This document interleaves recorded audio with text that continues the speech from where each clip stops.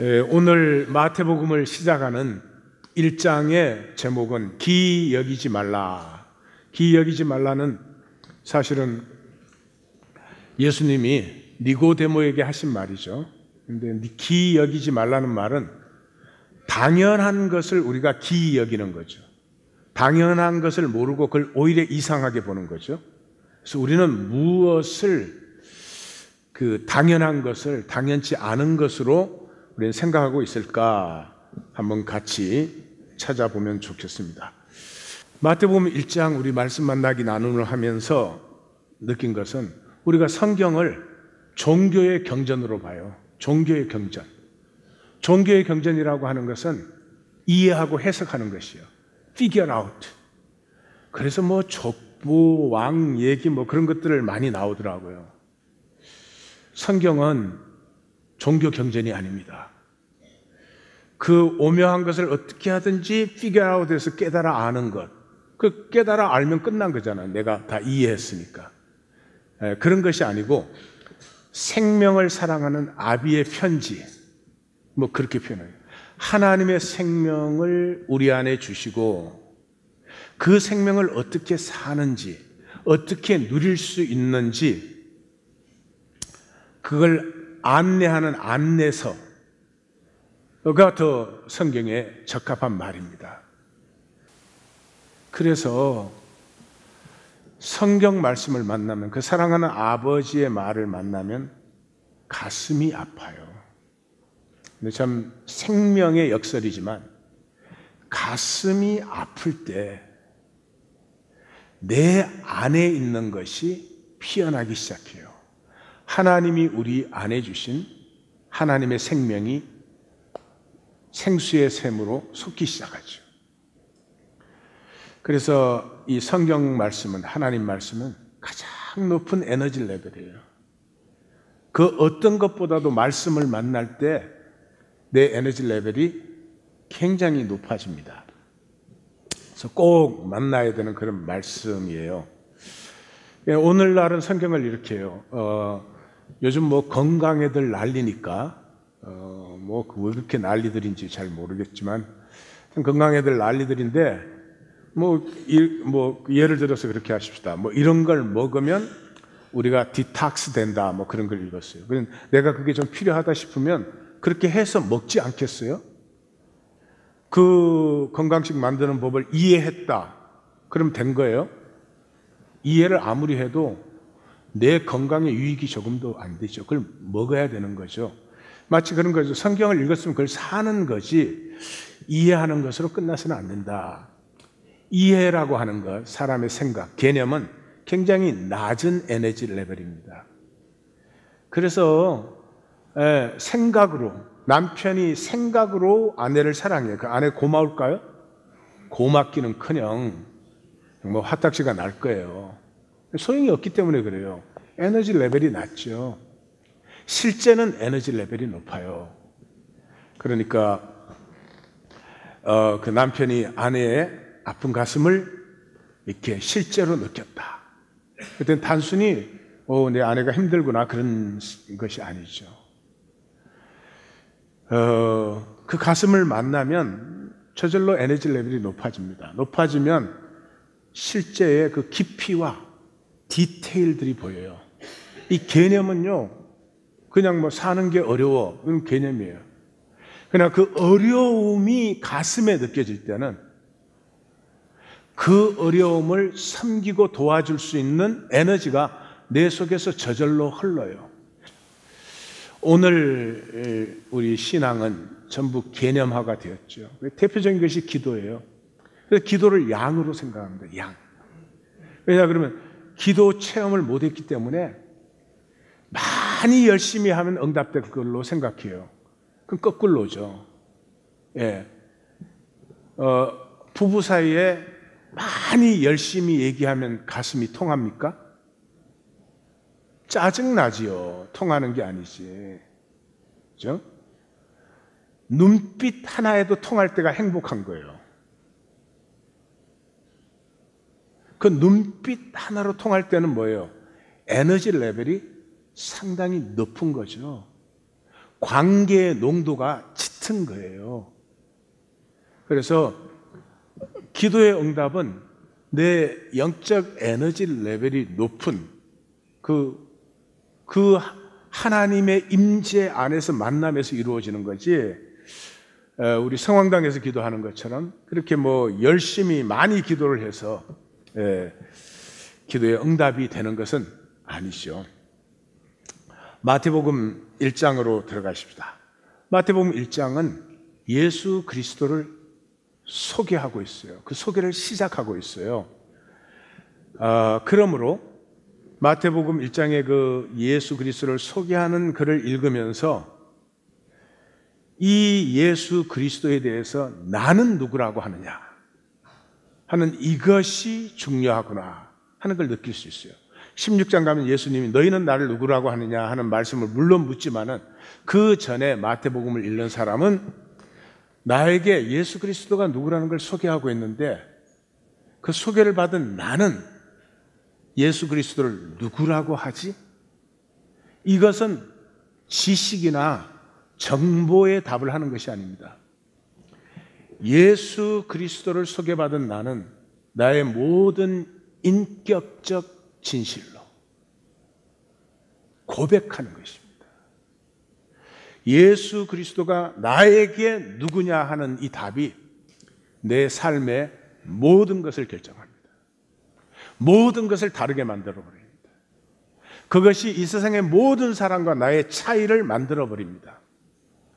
그렇지 않으면 예수 그리스도에 대한 지식과 답변을 갖고 있는 것이지, 내 인격 전체로 고백하는 고백을 갖고 있는 것은 아니죠.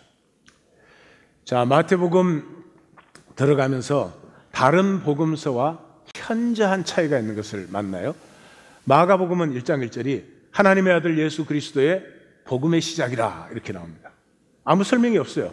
그러니까 이 마가복음은 이미 예수가 그리스도고 하나님의 아들이고 이 예수 그리스도로 말미암아 하나님의 기쁜 소식이 선포됐다 하는 것을 전제로 하고 있어요. 설명이 없잖아요. 그러니까 이미 믿음에 들어선 자들에게 어떻게 이 복음을, 어떻게 이 생명을 더 잘 누릴 수 있는가 하는 것을 설명하는 책이 마가복음이에요. 그래서 마가복음은 전체가 십자가의 길을 얘기하고 있어요. 그래서 예수 그리스도를 만난 사람들이 자기 십자가를 지고 예수님을 따름으로 말미암아 그 생명의 깊은 지경으로 들어가는 것이구나 하는 것이 마가복음이에요. 누가복음은 사복음서 중에 제일 특이하고 재밌어요. 1장 1절을 이렇게 시작합니다. 우리 중에 이루어진 사실에 대하여. 누가복음은 1편, 사도행전이 2편, 그래서 누가가 2개 다 적은 거죠. 그래서 우리 중에 이루어진 사실에 대해서 많은 사람이 기록을 했습니다. 나도 이 모든 일을 근원부터 자세히 조사해서, 미루어 살펴 자세히 조사해서 내가 다시 정리해서 드립니다. 이유는 이미 알고 있는 바를 더 확실하게 알게 하기 위해서 이것을 적습니다.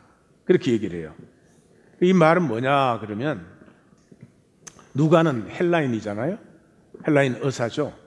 그러니까 뭐 사실은 이 신앙에 대해서 별로 아는 바가 많지 않았을 것입니다. 그가 사도 바울이 로마로 가는 그 사도 바울의 생애 마지막 기간에 그가 같이 그 여행에 함께 하게 됩니다. 그 함께 하면서 그 바울을 봤을 때 누가에게는 질문이 됐을 거예요. 사도 바울이 예루살렘 들어갔을 때 하나님께서 천부장을 조금만 늦게 보냈으면 죽었죠. 사도 바울을 죽이려고 40명이 서원하고 결단했습니다. 그런데도 안 죽고 살아남았어요. 그리고 가이사라에 가서 옥에 2년간 갇혔어요. 저 학문 높은 사람이, 저 인격이 저렇게 숭고한 사람이 가는 데마다 핍박받고 죽이려는 사람들이 사방에 있고, 도대체 왜 저렇게 사는 것일까? 사도 바울이 그렇게 죽임당하고 핍박받는 이유는 딱 한 가지입니다. 그가 평생에 살아왔던 유대교의 모든 종교적 행위를 스탑해버렸습니다. 우리로 말하면 주일 예배, 새벽 기도회, 금요 기도회, 성경 공부, 제자 훈련 다 없애버린 것이죠. 그리고 딱 한 가지를 전했습니다. 부활하신 주님의 임재 안에서 헬라인이나 유대인이나 남자나 여자나 주인이나 종이나 전부가 하나다. 그 모임에 들어오면은 백인이든 흑인이든 모두가 하나 되어서 함께 떡을 떼고 잔을 나누었습니다. 종교를 폐지시켰다는 것만으로 이 유대교가 그를 그렇게 죽이려고 했습니다. 골로새서는 그러죠.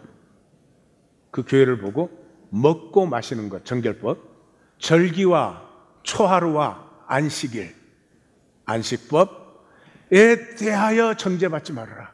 너희가 그런 거 지키지 않는다고 너희를 정죄할 텐데 정죄받지 말아라. 우리가 진리의 사람이다. 그렇게 얘기를 하죠. 그래서 이 누가복음과 사도행전은 예수님의 오심부터 시작해서 왜 이 종교가 없어지고 부활하신 하나님의 임재 안에서 주인과 종이 하나로 만나는 안디옥 교회 같은 데를 보면 종이 그 모임의 리더고 주인이 오히려 그 모임의 종의 리더십을 따르는 이런 갈라디아 3장 28절 이제 그리스도 예수 안에서는 헬라인이나 유대인이나 종이나 자유자나 남자나 여자가 모두가 하나니라. 사실 우리에게 필요한 건 이거 한 가지뿐이죠. 이거 되면 쓸데없는 삶 살지 않습니다. 쓸데없는 물건 사지 않습니다. 쓸데없는 계급장 붙이고 뭐 나 이런 사람이야 이런 거 웃기는 거 다 없어지죠. 그게 진실이죠. 유일한 진실이죠. 뭐 우리가 어떤 모양으로 살든지 어떻게 태어났든지 어떤 모습이든지 우리가 다 한 하나님 안에서 나온 이 조그만한 지구에 같이 살아야 되는 사람들 아니에요. 여기에 잘나고 못나고 더 가지고 덜 가지고 온갖 구분과 차별을 만들어 가지고 그것 때문에 쓸데없는 열등의식 수치감 가지고 사는 이게 복잡한 거 아니에요. 요한복음은 우주적이죠. 태초부터 있었던 이 천지를 창조하신 말씀이 육신이 되어서 우리 가운데 나타났다. 그래서 우주의 왕을 얘기하죠. 그래서 요한복음 1장이 서론인데 1장 마지막에 그거잖아요. 나다나엘이 당신은 하나님의 아들이요 이스라엘의 왕이로소이다. 이스라엘의 왕이 메시아죠. 유다의 메시아로 오셨습니다. 그렇게 고백을 하니까 이보다 더 큰 일을 보리라. 더 큰 일이 뭐예요? 요한복음 마지막 21장은 부록이고 20장 마지막에 가서 도마가 나의 주님이시요 나의 하나님이시나이다. 더 이상 유다의 메시아가 아니라 이 온 우주의 하나님, 그 육신을 입은 그 예수에게 어떻게 그 고백을 해요? 이 고백이 열리는 것이 요한복음인데 마태복음은 우리에게 꼭 필요한 복음인 것이 종교인에게 써진 복음서입니다. 유대인에게 써졌어요. 유대인은 그때 다 종교인이었죠. 종교인에게 예수 그리스도를 소개하고 있어요. 그래서 그 소개가 쫙 진행된 다음에 제일 마지막에 가서는 하늘과 땅의 모든 권세를 내게 주셨으니 그러면 너희는 가서 아버지와 아들과 성령의 이름으로 세례를 주고 내가 너희에게 가르쳐 분부한 것을 다 지키게 하라. 볼지어다 세상 끝날까지 내가 너희와 항상 함께 있으리라. 그래서 그 소개 시작에서 결론은 이 하늘과 땅의 모든 권세를 가지신 주님이시다 하는 것을 이제 마태복음이 선포하는 것입니다. 그것을 우리가 만나게 될 것입니다. 마태복음의 가장 중심적인 특징은 죄인을 부르시는 하나님이십니다. 유대인에게 부르심이라는 것, 콜링이라는 것은 엄청난 것이에요. 하나님 누구 불렀어요? 모세 불렀죠. 하나님 누구 불렀어요? 사무엘을 부르고 다윗을 불렀어요. 하나님 누구를 불렀어요? 이사야 부르고 예레미야 부르고 에스겔을 불렀어요. 그러니까 하나님이 부르신다는 말은 보통 말이 아니죠. 그런데 하나님이 죄인을 부르세요. 그게 뭐 범죄하고 죄짓고 그런 게 아니고 하나님이 종교인을 부르는 게 아니고 죄인을 부르신다고. 종교인들은 뭐 다 어렵지 뭐 다 구원 받았다 그래요. 구원에 확신 있다 그래요. 뭐 확신 있는 것도 좋고 받은 거 좋은데 능력이 없는데 그럼 뭐 하나? 그래서 종교인을 향한 메시지예요. 죄인을 부르시는 하나님. 그래서 족보 소개가 나오는데 우리 족보에 대해서 뭐 얘기를 많이 하더라고요.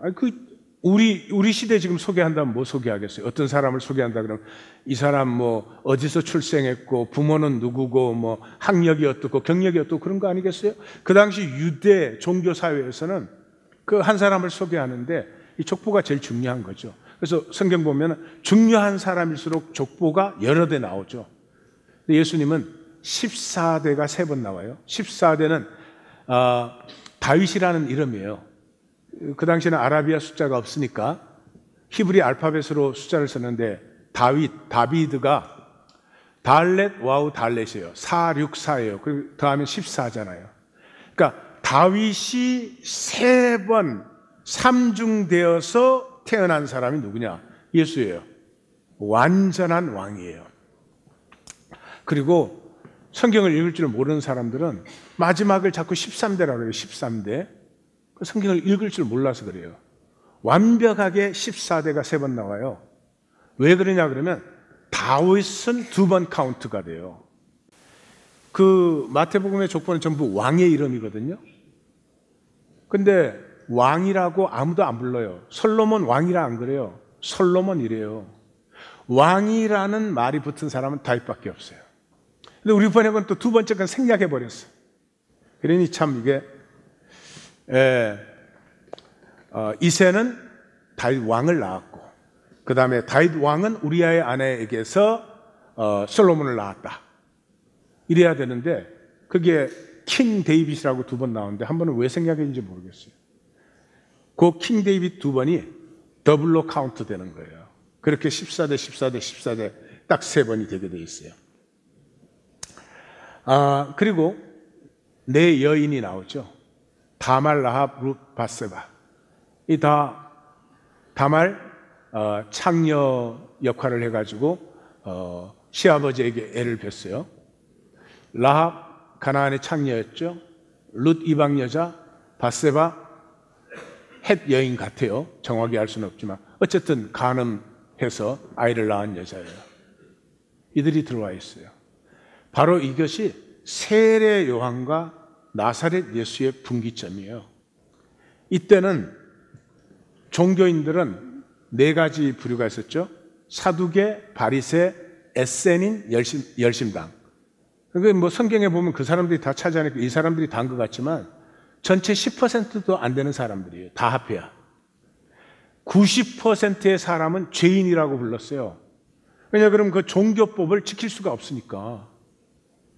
그 율법을 그대로 뒀어도 지키기가 힘들 텐데 그놈의 율법을 종교법으로 다 바꿔가지고 무슨 뭐 안식일 날 50보 그러면 안식일을 지킨 거 51보 그러면 안식일을 깨트린 거고 뭐 이따위 걸로 만들어놨어요. 그래서 그거 못 지키니까 다 죄인들이야. 세례 요한까지는 뭐였어요? 회개하라. 회개하라죠. 예수님은 어떻게 했어요? 그 세리와 죄인들을 그대로 받아서 함께 식사를 하시고 지금 이 종교사에서 함께 식사를 한다는 것은 그냥 밥 먹었다는 얘기가 아닙니다. 같은 부류로 품어주시는 거예요. 그래서 세례 요한까지는 회개하라. 회개해야만 돼요. 그리고 세례 요한까지도 그렇게 생각을 했죠. 저 사람들이 율법을 안 지켜가지고 이 하나님의 나라가 도래하지 않는다. 우리 유다가 계속 식민지 되어 있다 이렇게 생각을 했죠. 나사렛 예수는 그 사람들을 그대로 품고 받아주신 거죠. 그래서 마태복음에는 이 죄인을 품으시는, 죄인을 부르시는 이 하나님이 굉장히 선명하게 나타납니다. 그것을 이제 잘 보여주는 것이 또 이 임신 기사죠. 18절에 보면 17절까지 족보가 끝나고 18절에 요셉이 마리아가 임신한 것을 알았습니다. 근데 그 남편 요셉은 어려운 사람이에요. 그래서 가만히 끊고자 했어요. 왜냐 그러면 신명기에 의하면 약혼한 여자가 다른 남자와 관계를 가졌을 경우에 둘 다 돌로 쳐 죽이게 돼 있습니다. 그 종교율법대로 요셉이 어려운 사람이라면 그렇게 했어야 됩니다. 그런데 요셉은 거기서 한 걸음을 더 나가는 것입니다. 왜요? 가만히 끊고자 했어요. 마리아가 그렇게 처벌받는 걸 원하지 않았습니다. 자기 의견이 아니고요. 성경에 호세아서 6장 6절에 이렇게 되어 있어요. 나는 인애를 원하고 제사를 원하지 않는다. 나는 번제보다 하나님을 아는 것을 원한다. 종교율법을 지키는 것도 물론 중요하지만 종교율법에 앞서 하나님의 가슴을 느끼는 것이 훨씬 더 중요하다는 거죠. 그래서 요셉은 그것을 가진 사람이었습니다. 그래서 종교율법대로 처벌받는 것에 앞서서 이 임신한 여자를 보호해 주려고 했습니다. 그래서 이 호세아 6장 6절은 마태복음에 2번이 인용됩니다. 그냥 인용되는 게 아니라 유대의 종교법이 정결법과 안식법, 이게 2대 법이죠. 예수님이 와서 다 박살내버린 거죠. 정결법은 야, 바깥에서 들어가는 게 사람을 더럽게 해? 사람 안에서 나오는 게 사람을 더럽게 하기도 하고 깨끗하게 하기도 하지. 안식법, 야, 사람이 안식일을 위해서 있니? 안식일이 사람을 위해서 있는 거지. 이 두 개 그냥 간단히 박살나버렸습니다. 예, 종교인들을 그냥 있을 수 없죠. 죽여야 되는 거죠. 그래서 이 정결법에서 예수님이 그러죠. 마태를 부르시고 세리와 죄인들과 이렇게 같이 먹으니까 왜 너희 선생님은 세리와 죄인들과 같이 먹느냐? 그러니까 예수님이 의사가 건강한 자에게 필요 없고 병든 자에게 쓸데있다. 이 상식적인 얘기를 한 것이 아닙니다. 지금 종교인들은 자기를 건강한 자라고 봐요. 교회 다니고 이러면 다 거듭났다 그래요. 구원의 확신이 있다 그래요. 안타까운 일입니다. 얼마나 좋은 것입니까? 구원의 확신과 구원받은 능력이 있다면 이 세상의 종노릇 하지 않고 얼마나 생명을 자유하고 기쁘게 누리며 그 생명의 신비를 누리고 열매를 맺겠어요. 근데 그런 게 아무것도 없는데 말로만 무슨 소용이 있겠어요. 그래서 우리가 병든 자가 돼야, 내가 정말 병들었구나. 내 삶을 보니까 내가 정말 살고 싶은 삶은 살지 않고 살고 싶지 않은 삶을 사는구나 하는 이것이 있는 자에게 하나님은 소용이 되시죠. 그래서 뭐라고 붙여요? 호세아 6장 6절을 갖다 붙이는 거죠. 긍휼을 원하고 제사를 원하지 않는다 하신 것을 배워라. 나는 의인 부르러 오지 않았어. 너희 종교인들 부르러 온 게 아니야. 나는 죄인을 위하여 왔어. 그 다음에 이제 안식법도 마찬가지죠. 이삭을 잘라 먹으니까 안식일에 왜 안식일을 범하느냐. 여기서 다시 인용합니다. 자비를 원하고 제사를 원하지 아니하노라 하신 뜻을 너희가 알았더라면 무죄한 자를, 지금 저들이 무죄한 자를 죄인이라고 정죄하고 있어요. 뭐요? 종교법 안 지키는 자들을. 종교법 자기들이 가진 기득권에 어긋나는 자들을 죄인이라고 정죄해요. 근데 하나님은 그 사람들을 무죄한 자라고 해요. 무죄한 자를 정죄하지 아니하였으리라. 마태복음이 진행되면서 더 자세히 보겠습니다. 그 다음에 이제 동정녀 탄생에 대해서 뭐 말이 많죠. 그 히브리 성경은 이제 두 가지가 있죠. 히브리역이 있고 히브리어를 헬라어로 번역한 70인역이 있어요. 근데 히브리역 오리지널에는 그냥 young woman, 젊은 여자라고 되어 있어요. 근데 70인역에서는 virgin, 처녀라고 번역이 되어 있어서 전 처녀가 아닌데 처녀라고 번역했다 뭐 그렇게 해요. 아주 쓸데없는 말들 하는 것 같아요. 우리 한국도 얼마 전까지만 해도 그냥 처녀 그러면 그게 처녀도 처녀, 젊은 여자도 처녀. 그리고 구약에서는 이스라엘을 처녀라고 부르죠. 아모스 왕하 이사야에서. 그러므로 예수님의 동정녀 탄생과 동시에 이스라엘을 통해서 메시아가 난다는 이중 의미가 있다. 그 다음에 이제 요셉의 중요성, 마태복음에서는 하나님의 사자가 요셉에게 3번 지시를 하고 요셉이 3번 행해요. 상징적인 숫자죠. 그래서 24절은 그것을 요약해서 요셉이 잠에서 깨어 일어나 분부대로 행하여 그의 아내를 데려왔다. 이렇게 딱 도장을 딱 찍어버리죠.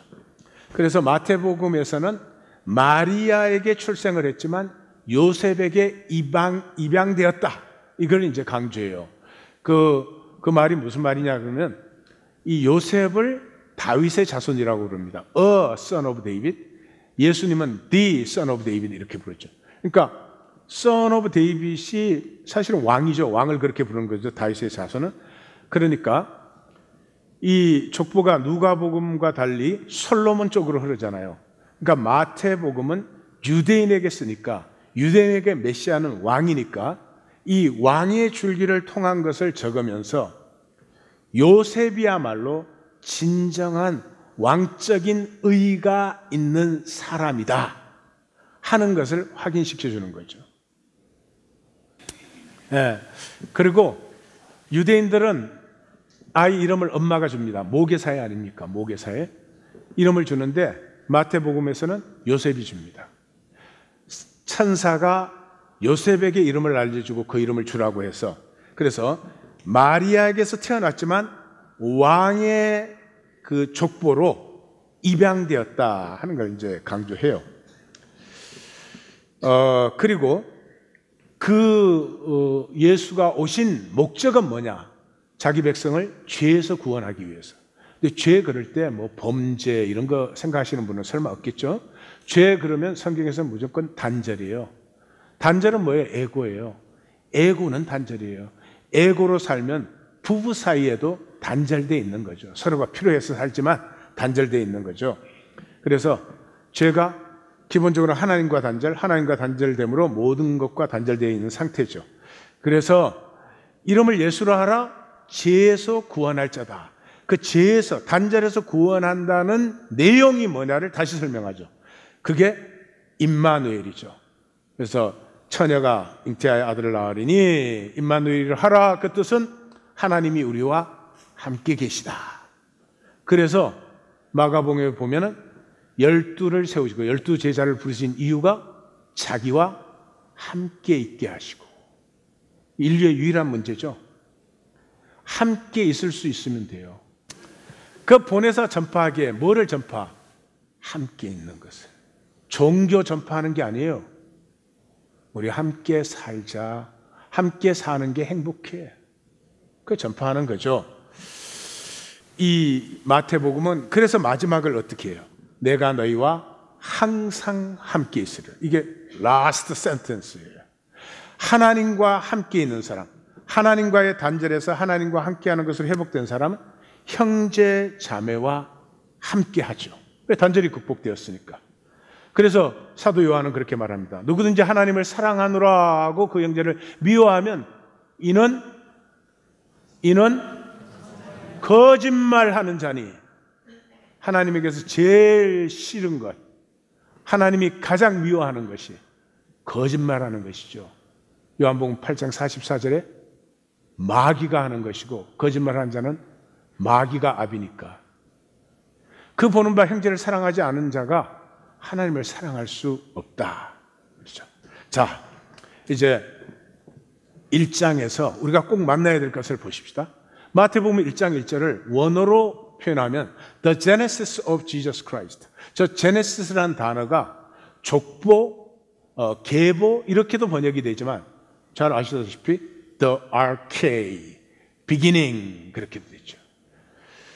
이것은 두말할 것도 없이 창세기 1장 1절을 참고한 거죠. 창세기 1장이 The Genesis of Heaven and Earth. 태초에 하나님이 천지를 이렇게 시작하셨다. 천지가 이렇게 시작됐다. 그러니까 마태복음 1장 1절은 신약의 시작이죠. 여기서 벌써 우리는 뭐를 만나요? 구약은 이 우주를 창조하신 그 창조를 얘기하고 있습니다. 하나님이 이 현상 세계, 물질 세계를 만드시고 거기에 육신으로 우리를 보내셨습니다. 그러면 신약의 시작인 마태복음 1장 1절은 그 세계 속에서 예수 그리스도의 시작, 예수 그리스도의 나라의 시작, 하나님 나라의 시작을 보여주고 있어요.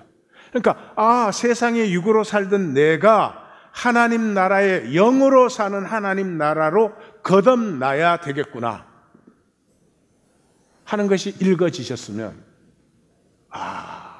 왜 구약이 있고 신약이 있는지, 신약이 도대체 무엇을 위한 것인지 하는 것을 아주 잘 보신 거예요.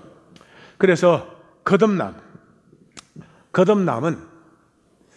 하나님 형상의 본성, 그러니까 내가 이 현상 세계 육으로 들어왔지만 인간만이 그 세계에 종속되는 것이 아니라 그 세계를 넘어서 하나님이 내게 주신 생명, 이 영이라고 불리는 것, 또는 하나님 형상이라고 불리는 것, 이것을 피워낼 수 있는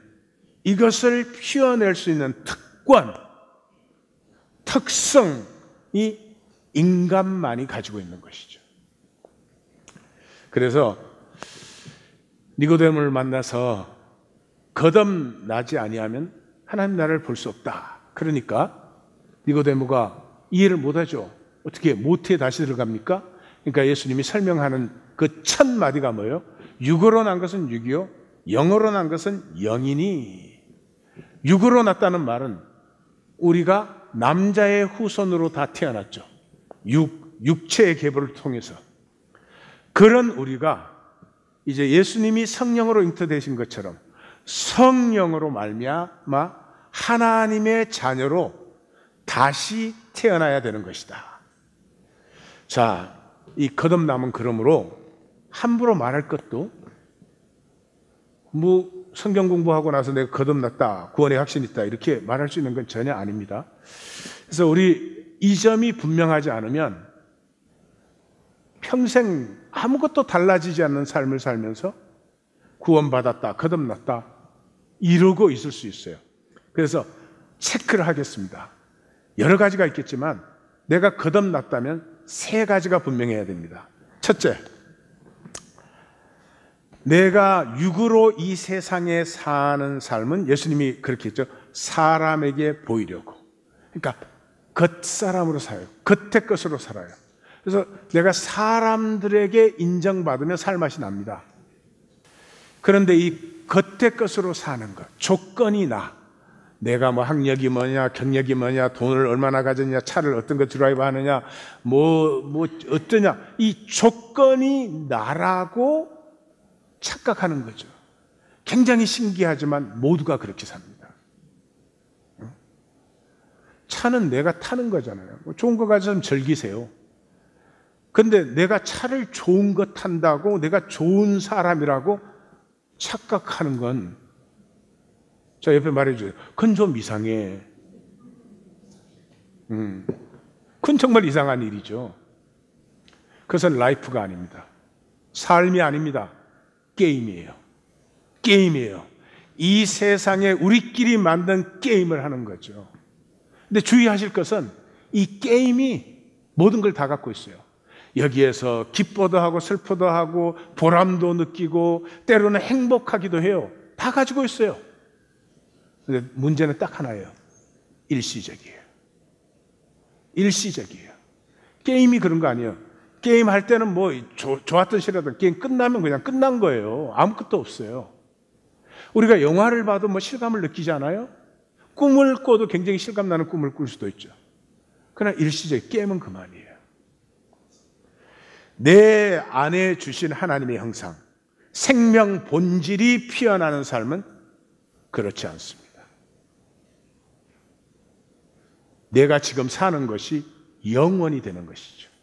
영생은 죽은 다음에 받는 게 아니고 지금 사는 것이다. 예수님 그렇게 말했죠. 두 번째는 우리 인간은 모두 운명의 종로로 갑니다. 그렇죠? 인간뿐만 아니라 인간 이하의 모든 세계가 그렇죠. 내가 어떤 가정에 태어났느냐, 어떤 유년기를 보냈느냐, 어떤 양육, 어떤 교육을 받았느냐, 그래서 지금 내가 뭐 어떤 직업을 갖고 있느냐, 내 수입이 얼마냐, 이런 것이 전부가 됩니다. 그런데 그 운명은 어쩌다가요, 어쩌다가. 이건희 씨 아들로 태어나니까 미국 갔다 들어가더니 회장님 되시더라고. 나는 미국 갔다가 몇 번 갔어. 아무도 안 시켜줘. 그건 어쩌다가요. 그러니 운명이 전부라면 하나님은 혼나셔야 돼. 이렇게 불공평한 세상을 어떻게 만들 수가 있어요? 절대 아니다 이 말이죠. 인간은 마치 연극 무대의 배우 같아요. 그 배우들이 자기 롤, 역할을 가지고 있잖아요. 역할이 자기 아니죠. 그렇죠? 어느 역할을 맡았든지 그 역할을 통해서 자기를 잘 표현한 배우가 인정도 받고 기쁨을 느끼는 거죠.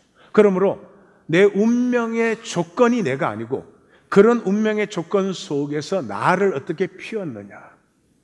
이걸 다른 말로 하면은 무의식적으로 살지 않았다. 무의식이라는 건 의식이 없는 거죠. 예? 예? 뭐 예를 들면 학교는 좋은 데를 가야 돼. 뭐 차는 비싼 걸 타야 돼. 집은 큰 걸 뭐 흙이 없는 지역에서 사야 돼. 그래서 다 세상이 나한테 기분 주어진 거죠. 정말 그런가? 나에게는 정말 그것이 가치인가? 그리고 내가 그것을 위해서 살고 싶은가? 이런 의식적인 성찰이 없이 그냥 무의식적으로 받아들여서 그 종로로 다느라고 정신이 없는 거죠. 다른 말로 하면 오토파일럿이. 아침에 눈 뜨면 저녁까지 무지하게 바빠요. 그런데 돌아보면 왜 그렇게 살았지? 다 그렇게 사니까. 무의식적 오토파일럿이 아니고 선택. 인간만이 가진 특권이었어요, 이 선택은. 그래서 모세 오경에 가장 마지막 선언이 뭐예요? 선택하라. 뭐를? 생명을. Choose life. 그래서 파스칼은 인간은 우주의 쓰레기가 되든지 하나님의 영광이 되든지 그냥 살아버리면 우주의 쓰레기예요. 인간처럼 쓰레기를 많이 만들어내는 게 세상에 어디 있어요? 왜 그런 삶을 살지요? 운명의 종로로 가는? 이게 에고의 가짜 복에 속아서. 에고의 복은 뭔 줄 아세요? 힘 안 들이고 편하게 사는 거예요. 편하게. 힘 안 들이고 편하게. 편하다는 건 내 마음대로 되는 게 편한 거예요. 네? 그 내 마음대로 된다는 건 내 중심적으로 되는 거죠. 내 마음대로 되니까 나의 레벨에 가만히 있어도 돼. 나는 바꿀 필요가 하나도 없어. 다른 사람을 바꾸면 돼. 그죠? 부부로 만나도 그래요. 남편 보고 나에게 맞춰라. 아내 보고 나에게 맞춰라. 그러기 쉽죠. 그게 무슨 뜻인지도 모르고 그렇게 해버려요. 편하게 살면 살수록 생명력이 약해집니다. 이 세상은 어떻게 하면 편하게 사느냐의 모든 것이 다 기어링 되잖아요. 편할수록 생명력은 약해요. 우리 자녀들 걱정 안 되세요? 어려움을 부딪히고 어려움을 넘어가는 데서 생명력이 길러지지. 편하게 조건만 길러 보십시오. 도대체 무엇을 할 수 있는 애가 됩니까? 이 에고의 가짜의 복에 속아서 그렇죠. 세 번째가 육은 육이요, 영은 영이요. 육은 물질, 영은 비물질이죠. 물질 상태라는 것은 에너지가 낮은 상태입니다. 에너지가 낮은 상태이기 때문에 응고가 되어서 이렇게 물질로 느낄 수도 있는 거죠. 에너지가 높으면 이렇게 물질화되거나 이렇게 할 수 없죠. 빛을 어떻게 느끼겠어요? 에너지 레벨이 낮으면 리액트밖에 못해요. 저쪽이 나를 콱 찌르면 그 찌르는 이유는 마음이 아파서 찌르는 거 아니에요. 내 에너지 레벨이 높으면 스페이스, 여유가 있죠. 그래서 푹 찌르는 걸 품어서 찌르는 아픈 마음을 이렇게 품어주고 덮어줄 수 있죠. 그런데 내 에너지 레벨이 낮으면 나도 짜증이 나는데 뭐 어떻게 참겠어요. 우리가 에너지 레벨이 높을 때 상태를 행복이라고 해요. 그래서 우리 교회는 Holy man is happy man. 행복하면 악을 생각하지 않아요. 행복하면 너그러워지고 용서와 사랑에 풍성해져요. 왜 그래요? 주님에게 접붙어 있기 때문에 내 에너지가 아니라, 고갈된 내 에너지가 아니라 무한 에너지로부터 에너지가 접속되어서 그 에너지가 통하고 있기 때문에 존재의 안식과 평강을 누리죠. 그래서 이 사람은 부정적인 체험은 굉장히 작게 느껴요. 부정적인 게 사방에 있지만은 세상 사는 게 그렇지 뭐 당연히 그렇지. 아니 뭐 부정적으로 오는 게 당연한 거지 이래요. 그 아무것도 아니야. 긍정적인 게 오면 깊이 풍성이 느껴요. 서로의 작은 친절 하나, 서로 나눈 미소 하나에서 굉장히 생명의 그 신비를 깊이 느낍니다. 그 자체가 무슨 깊어서가 아니에요. 그럴 수 있는 인간의 이 신비를 다 느껴요. 근데 되게 반대로 느껴요. 긍정적인 건 뭐 당연한 거야. 근데 누가 나에게 뭐 조금 신경질 건드리게 했다. 그거는 이제 10대 원수가 되는 거야. 11대 가야 풀어지는 거야. 거꾸로 하는 거죠. 그래서 예수님이 무릇 있는 자는 받아 넉넉하게 되되 없는 자는 그 있는 것도 빼앗긴다. 이렇게 했어요. 자, 이제 그러면 세 가지를 점검해 보시면 내가 거듭났나 거듭났지 않았나 알 수 있어요. 자기 자신밖에는 못해요. 고요한 시간을 내시고 하나님 앞에 나가서 내가 진정으로 거듭나서 하나님의 생명, 하나님의 형상이 피어나는 삶을 살고 있는지, 내가 사람들에게 보이는 인간 게임을 하고 있는지 점검을 해보세요. 자, 점검을 했는데 내가 거듭나지 않았다. 그러면은 하나님에게 나 거듭나고 싶습니다. 그러면 돼요. 왜냐 그러면 나 자신이 거듭날 수 없어요. 하나님의 은혜로 내가 거듭나요. 그러니까 하나님에게 구하고 찾고 두드리면 반드시 해준다고 했어요. 거기에 한 가지가 있어요. 내가 거듭나고 싶습니다. 이렇게 하나님에게 고백하는데 내 생각으로 절대로 안 될 겁니다. 내 중심의 진실로 내가 거듭나야 되겠습니다. 이렇게 살 수 없습니다. 반드시 거듭납니다. 그 포인트. 이렇게 도저히 살 수 없어. 더 이상 이렇게 나를 괴롭히고 가족을 괴롭히고 내 모든 이웃들에게 복이 되어야 될 내가 복이 하나도 되지 않는, 사랑하고 싶은데 진정한 사랑이 내게 없어요.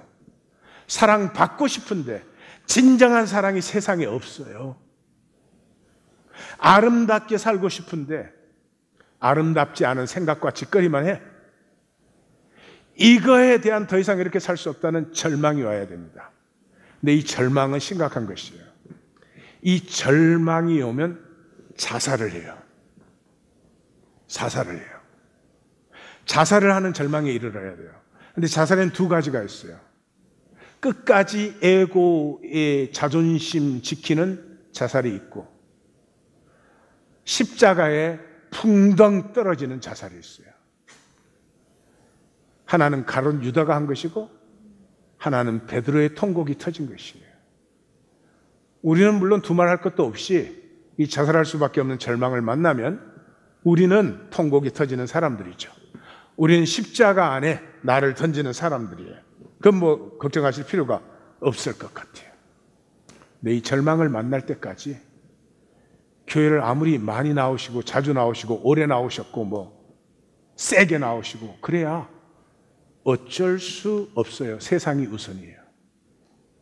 성도님들이 뭐 잘못했다는 게 아니고요. 에고로 세상을 사는 것은 가치관의 전도가 안 이루어졌기 때문에 그럴 수밖에 없어요. 그걸 다른 말로 하면 이런 말이에요. 예수 그리스도의 존귀함을 못 만났어요.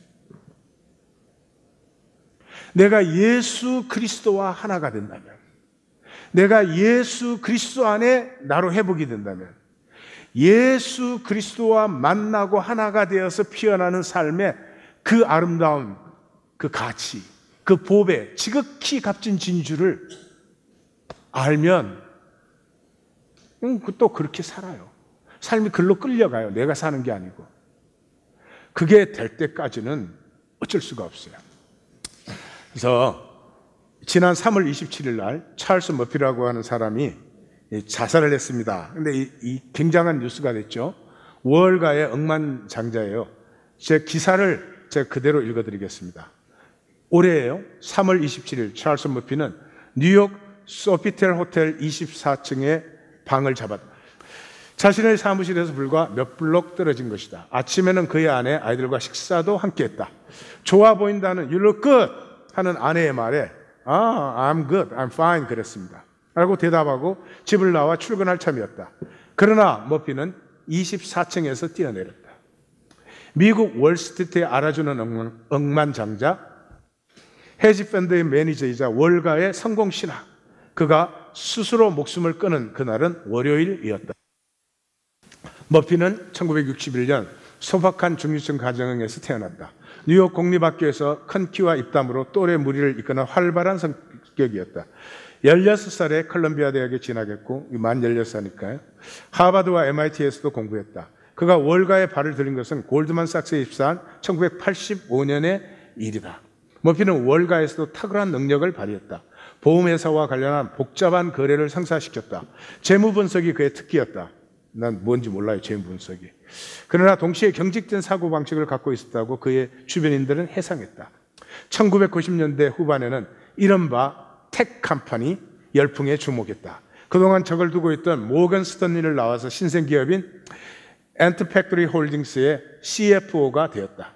그의 결정에 따라 회사는 텍 컴퍼니에 투자했고 돈이 될 것 같은 기업으로부터 유리한 조건으로 주식을 받았다. 그와 그의 회사는 돈방석에 앉았다. 하지만 18개월 후 텍 컴퍼니 시장이 추락하면서 그의 도전도 끝났다. 머피는 멈추지 않았다.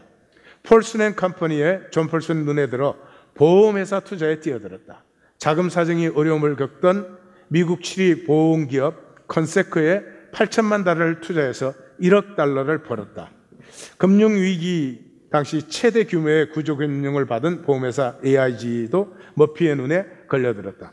머피는 기업 사냥꾼이라고 별명을 가진 거물 칼 아이칸을 설득하여 AIG가 금융위기 오면서 막 떨어지잖아요. 그걸 사들였어요.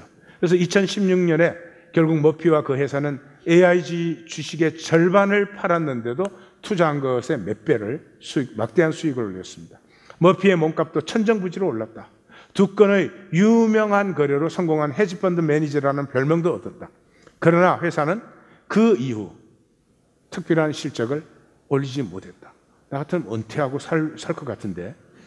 그의 가족도 머피의 신경 변화를 감지했다. 머피의 아내는 그가 정신과 치료를 받도록 했다. 병원은 머피에게 우울증 진단을 내리고 약을 처방했다. 그러자 곧 우울증은 회복된 것으로 보였다. 가족과 휴가를 다녀온 다음 날 호텔에 들어가서 그는 아내에게 멋진 한 주를 보냈다고 말했다. 그가 스스로 목숨을 끊기 전 하루 전의 일이다. 이것에 대해서 분석이 굉장히 많이 나왔습니다. 그런데 공통적인 분석이 이것입니다. 많이 가지고 높이 올라갈수록 실패와 상실에 대한 불안은 더 커진다는 것이죠. 에고 세계의 허무, 돈이 아닙니다. 진실이 없는 것입니다. 진실이 없는 것입니다. 진실이 없는 사람은 위기에 아주 약합니다. 에고는 몽땅 거짓 아닙니까? 그 아비 마귀의 거짓을 본받았어요. 다시 한번 말씀드립니다. 삶의 복이 우리는 이 세상에 사니까 돈이라고 생각합니다. 돈이 아무리 많아도 거짓의 삶은 힘이 없습니다.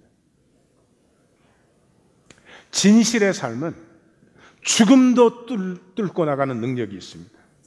그래서 구약의 새 언약은 전부가 중심의 진실을, 우리 안에 중심의 진실을 회복한다는 것이죠. 내 영을, 내 말을, 내 법을 너희 속에 둔다, 너희 마음에 둔다. 그래서 육체로 세상의 삶에도 불구하고 내 중심에 하나님의 진실이 피어나기 시작합니다. 이것만 있으면 됩니다. 그 싹이 작아도 괜찮습니다. 이 싹이 피어난 삶은 영원합니다. 그리고 영원히 자라고 영원히 커지고 영원히 더 신비해집니다. 다시 한번 정리를 합니다. 로마서 6장, 7장, 8장은 아주 중요합니다. 로마서 6장이 이렇게 선언하고 있습니다. 하나님이 죄인인 우리를 품으셔서 나를 품고 함께 십자가에 죽고 함께 장사 지낸 바 되고 함께 부활하셔서 함께 승천하셔서 함께 하나님 보좌 우편에 앉았다고 합니다. 에고는 이거 절대로 느끼지 못합니다. 에고는 이것을 절대로 실제로 받아들이지 못합니다. 그러므로 아직 에고 안에 있는 우리에게 여길지어다. 왜냐? 세상이 거짓이고 하나님이 진실이신데 우리는 세상이 실제로 느껴지고 하나님이 거짓으로 느껴집니다. 그래서 그 거짓으로 느껴지는 하나님이 내가 너를 품어 안았다, 너는 나와 하나다, 그것을 여기라는 거죠. 여기면 놀라운 일이 일어납니다. 내가 하나님과 하나라는 것을 나는 받기만 하면 되는데 그것을 내 에고가 싫어합니다. 마음대로 하고 싶어요. 하나님 말씀에 순종하는 것보다 마음대로 하고 싶어요. 내가 원하는 바 선은 행하지 아니하고 원치 않는 바 악은 행하는도다. 오호라, 나는 공고한 사람이로다. 누가 이 사망의 몸에서 나를 건져내려. 이 몸, 생명을 담재라고 준 이 몸에 사망의 삶만 사는 거죠. 그 절망에서 나는 비로소 스스로 죽습니다. 가룟 유다처럼이 아니고 베드로처럼 통곡이 터지네. 이렇게 살 수는 없지. 한 번밖에 살지 못하는 삶을 이렇게 살다가 갈 수는 없지. 어찌할꼬. 여기에서 에고의 껍질이 쪼개어지면서 생명의 성령의 법이 드디어 내 안에서 피어나기 시작합니다. 마태 복음을 하는 동안에 만약에 이 중에 거듭나지 못하신 성도님이 계시다면 반드시 거듭나야 합니다. 거듭나야 합니다. 그 종교적으로 뭐 거듭났네 이런 거 아니고요. 에너지 레벨 자체가 달라지는 육의 삶이 아니라 내 안에 있는 하나님의 형상, 하나님의 생명, 하나님의 영이 피어나는 자리로 우리는 함께 나아갑니다. 기도하십시다.